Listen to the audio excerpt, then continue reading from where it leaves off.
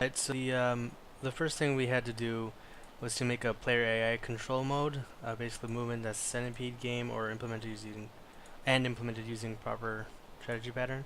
So this is it in AI mode, and I have it set so that when I press either K or L, it'll switch between me manually doing it and the AI. So right now this is AI.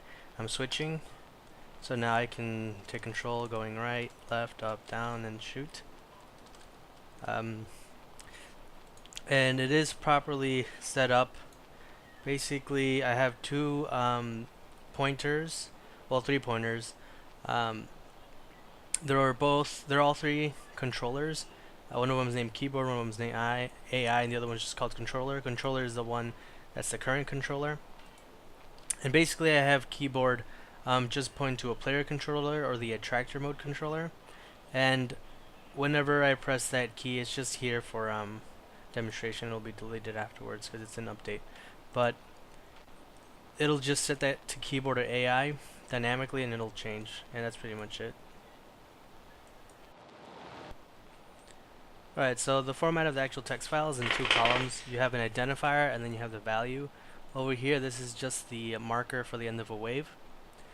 And basically the way it loads it in is it parses each line, and because it's 2 columns, I know there's only going to be two quote-unquote tokens or words in there.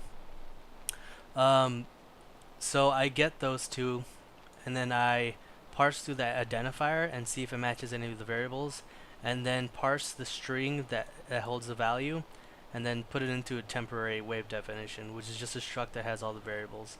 And then in order to save that wave definition and put it into a vector, I chose a vector for a few reasons. The first one is I like to use the indexes just to be able to quickly and easily actually access the wave definitions. And because I can actually push in the back, if I wanted to add more waves into the file right here, because it pushes it at each of these marks, I can actually just add more blocks if I wanted to, so I can have 12 or whatever or less. And because I also search for the identifier, if it's not in there, it'll just result to the default value.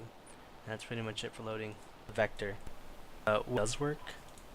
The way I'll do that is I'll just destroy the first centipede and you'll see the difference in the waves. So right now only the spiders allowed. In the second one I have scorpions and fleas to be spawned, just for the sake of time.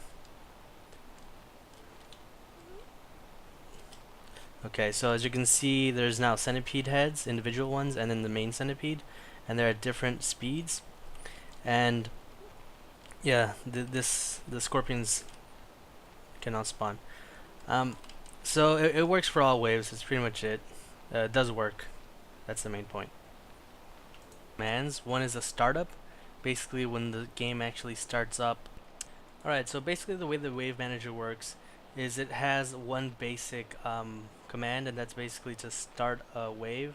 I have two of them. One of them is the startup, which is just basically it loads the first wave, all the variables from that vector.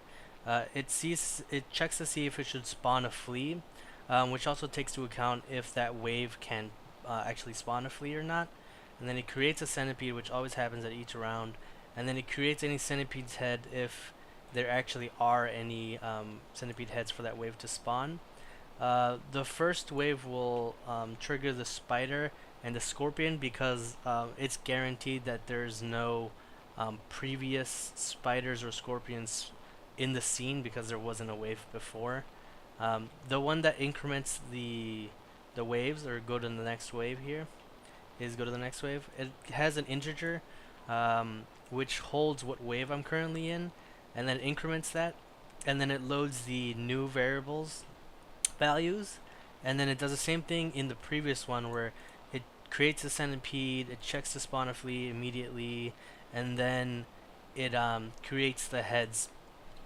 And the only difference is that you have to check to see if there's a scorpion still alive, so if there's a scorpion in the scene still, in which case you don't trigger the alarm for the scorpion or the spider, because then you'll have two of them, and you don't want that. Also, one thing to note is that these alarms are set when the scorpion and the spiders die through a callback method, which just which just adds, it's the same line here, it just calls this same line. Um, and that way it'll just continuously keep spawning if the wave actually permits that spawn. And one last thing is to destroy all wave entities. And basically what that does is at the player death, all the little mobs should go away. Like the spider and the flea and the centipede actually should go too. So I'll show that. There you go. So all those are gone. My ship is actually, it appears to be alive, but it's actually dead. The only thing is I called the destroy method just so I can check to see if when I kill the centipede, it'll go to the next wave, which it does. But as you can see, there's a problem with the centipede, and that's because I don't know of a way to actually keep track of all the pointers. So that in the wave manager I can just delete every single head on the scene, so every single instance of the head class and all of these body segments. But I don't think that the destroy all waves was part of the actual sprint, so I just wanted to give something to the designers to have.